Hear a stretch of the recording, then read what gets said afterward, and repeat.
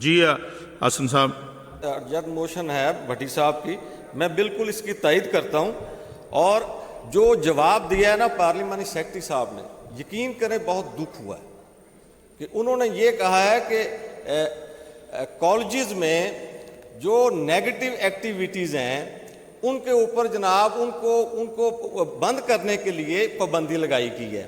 مجھے آپ احمد بھٹی صاحب کی فیور میں ایک منٹ میں اس پہ بات کرنا چاہتا ہوں۔ دیکھیں آج پاکستان میں جو مجھے ہوئے جو پولیٹیشن ہیں وہ اس فیکٹری میں سے نکل کے آئے ہیں۔ یہ طلبہ جو تنظیمیں تھیں اور ان کا جو ویژن تھا، ان کا ویژن پہلے پاکستان ہوتا ہے۔ جناب چیئر، یہ بڑا اہم معاملہ ہے اور یہ یقین کریں یہ مارشل لا دور میں اس پہ پابندی لگی ہے، ڈکٹیٹر کے دور میں، یہ کسی سیاسی دور میں پابندی نہیں لگی۔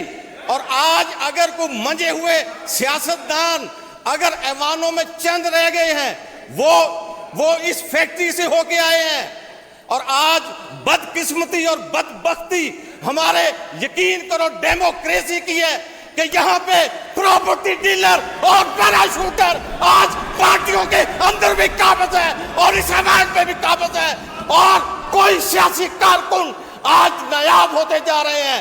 جناب چیئر، یہ کوئی معمولی بات نہیں ہے۔